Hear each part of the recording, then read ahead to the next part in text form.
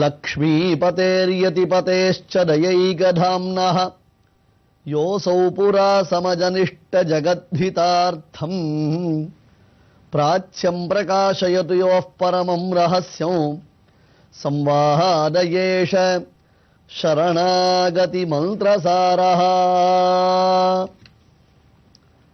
பகவத் ராமானுஜருடைய உயர்ந்த அந்த சித்தாந்தத்தினுடையதான பெருமைகளை எல்லாம் நாம் அனுபவித்துக் கொண்டு வருகிறோம். ராமானுஜருடைய சரித்திரம், ராமானுஜர் அருளிச் செய்த கிரந்தங்களுடையதான மேன்மைகள்,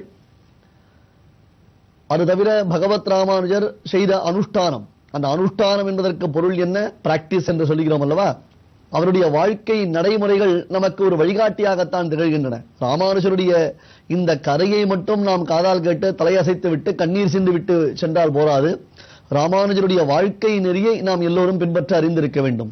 அதற்காகத்தான் இவ்வளவு விளக்கங்கள் சில இடங்களில் நம்மால் சொல்லப்படுகின்றன. குறிப்பாக இந்த சந்தியாவந்தனம் என்பதான ஒரு காரியக்கிரமம் அடியன் அடிக்கடி வலியுறுத்தி சொல்லக்கூடிய ஒரு விஷயம். இந்த சந்தியாவந்தனம் தற்காலத்தில் செய்ய வேண்டும் என்று வலியுறுத்தி சொல்லக்கூடியதாய் விட்டது. ஒரு சமயம் சுவாமி ராமானுஜர் அவருடையதான திருநக்ஷத்திரம் என்றால் வயது 120 வயது. பகவத் ராமானுஜர் இந்த உலகத்தில் வாழ்ந்த காலம் 120 வருடங்கள் இந்த உலகத்தில் வாழ்ந்ததாக நாம் குரு பரம்பரைகள் வாயிலாக அறிகிறோம்.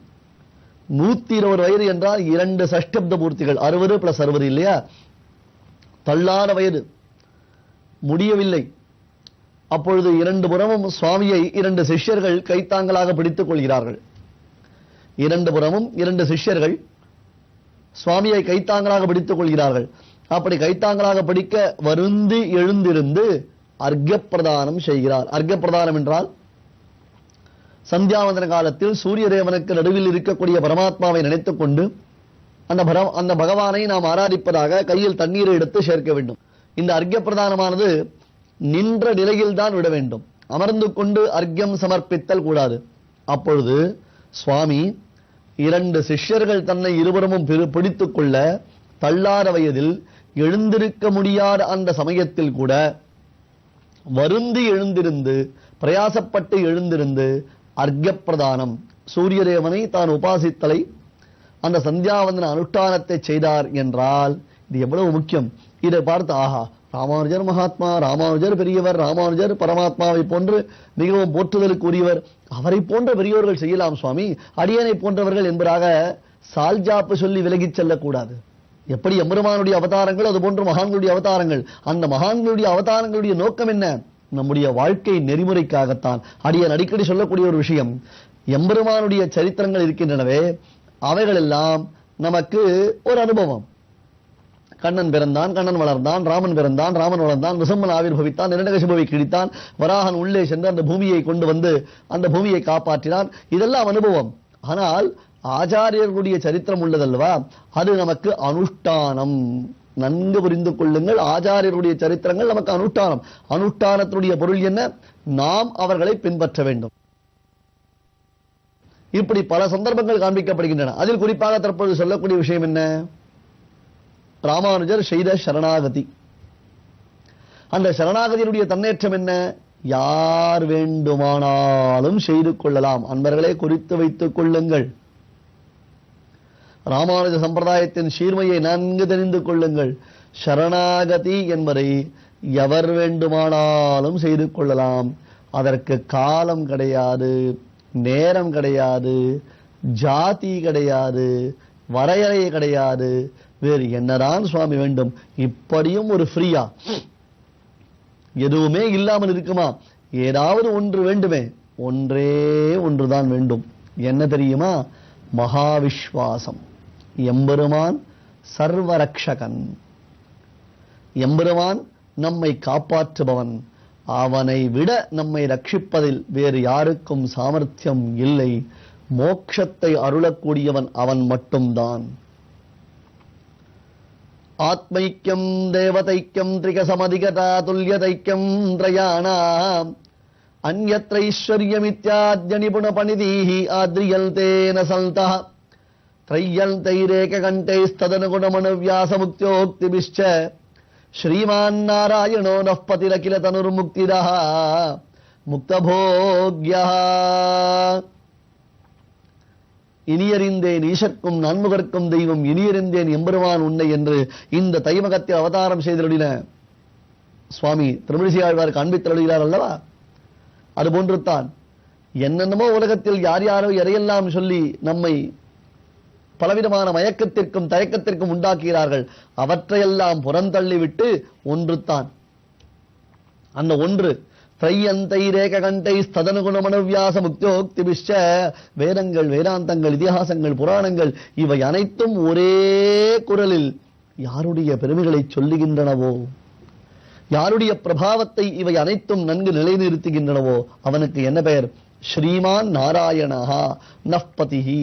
அவன்தான் நமக்கு தலைவன், முழுமுதற் கடவுள். அவன்தான் ஒன்றே ஒருவனே தேவன் என்று வேதங்களினால் ஏகம் சத்விப்ரா பகுதா வதந்தி என்று பலவிதமாக காண்பிக்கக்கூடியதான பரம்பொருளாக அந்த பரமாத்மா இருக்கின்றான்.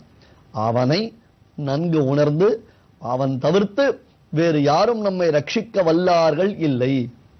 வேறு எவரும் எப்படியும் யோசித்தாலும் தன்னைத்தாமே காப்பாற்றிக் கொள்ளும் வல்லமையற்ற அவர்கள் நம்மை எவ்விதம் காப்பாற்றுவார்கள் என்பதை உணர்ந்து விட்டோமேனால் இந்த மகா விஸ்வாசம் நம்மை ரட்சிக்கும். எவ்வளவு எளிமையானது ராமானுஜருடைய சம்பிரதாயம்! ஆத்ம சமர்ப்பணம் என்பது சர்வசுலபமாக சென்று ஒரு ஆச்சாரியன் மூலமாக அவனுடைய சரணாரவிந்தங்களில் இந்த ஆத்மாவை நாம் சமர்ப்பிக்க வேண்டும். எப்படி பகவானுக்கு அவனை சேவிக்க செல்லும் பொழுது பழங்களை தட்டில் வைத்து சமர்ப்பிக்கிறோமோ, நைவேத்தியம் என்கிறோம் அல்லவா, உயர்ந்த பதார்த்தங்களை அந்த பரமாத்மாவிற்கு நாம் சமர்ப்பிக்கின்றோமோ, அது போன்று தான் இந்த ஆத்மாவை மானசீகமாக அருகே ஆச்சாரியன் இருக்க அந்த ஆச்சாரியன் மூலமாக பகவத் சரணாரவிந்தத்தில் சமர்ப்பிக்க வேண்டும். இந்த கிரியா விசேஷத்திற்குத்தான் சரணாகதி என்பதாக பெயர். இதனை உலகத்தவர்கள் எல்லோரும் உணர்ந்து போக வேண்டும். இந்த சம்பிரதாயத்தில் மோட்சமடையாமல் எவருமே இருக்கக்கூடாது. கீழே உங்களுக்கு ஒரு விஷயத்தை அடியேன் மறுபடியும் நினைவுறுத்துகிறேன். திருக்குறுங்குடி என்னும் திவிதேசத்தில் பெருமாளை ராமானுஜர் சேவித்தார். அப்பொழுது பெருமாள் அந்த வைஷ்ணவ நம்பி ராமானுஜரை பார்த்து கேட்டான், நாம் ராமகிருஷ்ணன் முதலான அவதாரங்களில் செய்ய முடியாத காரியத்தை எல்லாம் நீ செய்து வருகிறாயே, எப்படி உனக்கு முடிகிறது? இத்தனை லட்சோபலட்சம் பக்தர்கள் உன்னை வந்து அடைந்து உன்னிடத்தில் கேட்டு நற்கதி அடைகின்றார்களே, இதைத்தானே நான் பல அவதாரங்களில் சொல்லி வைத்தேன், ஆனால் என் வார்த்தை எவரும் மதிப்பளித்து கேட்கவே இல்லையே.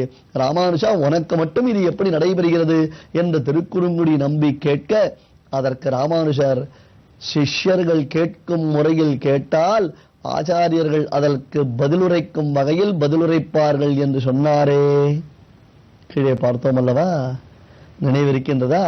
அதே போன்று தான் இப்பொழுது ராமானுஜரை பின்தொடர்ந்து வரும் லட்சோபலட்சம் கோடிக்கணக்கான பக்தர்கள், ஜீவாத்மாக்கள் நற்கதி அடைவதற்காகவே ராமானுஜர் இந்த மாதிரி ஒரு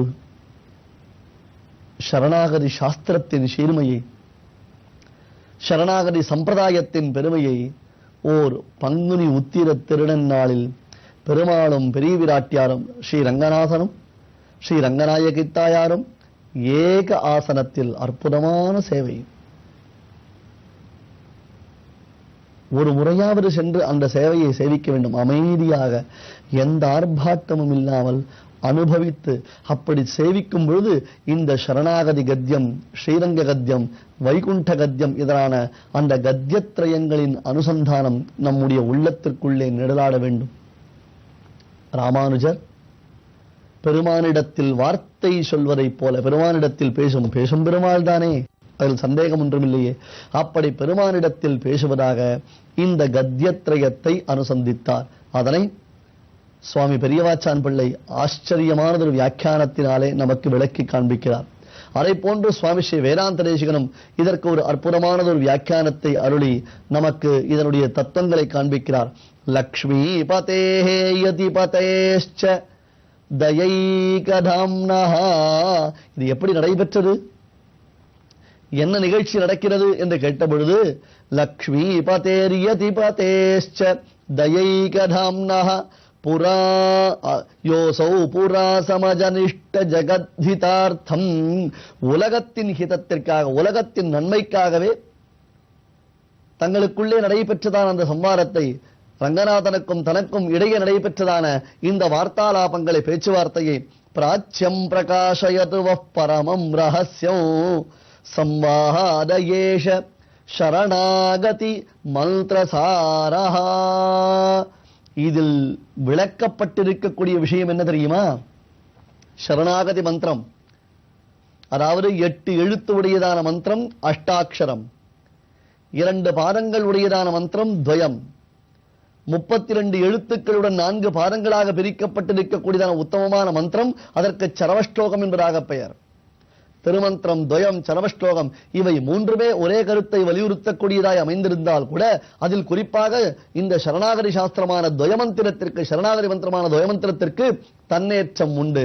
அப்பேற்பட்டதான சம்வாதயேஷ சரணாகதி மந்திரசாரஹா என்று சரணாகதி மந்திரமான துவயமந்திரத்தினுடையதான வைபவங்களை எல்லாம் சுவாமி ராமானுஜர் சரணாகதி கத்தியம் என்னும் உயர்ந்ததான இந்த பிரபந்தத்தில் அருளிச் செய்திருக்கிறார். அதன் சீர்மையை தொடர்ந்து நாம் அனுபவிக்கலாம். ஆத்மாவை பகவத் சரணாரவிந்தத்தில் சமர்ப்பிப்பதினால் நாம் நல்வாழ்வை அடையலாம்.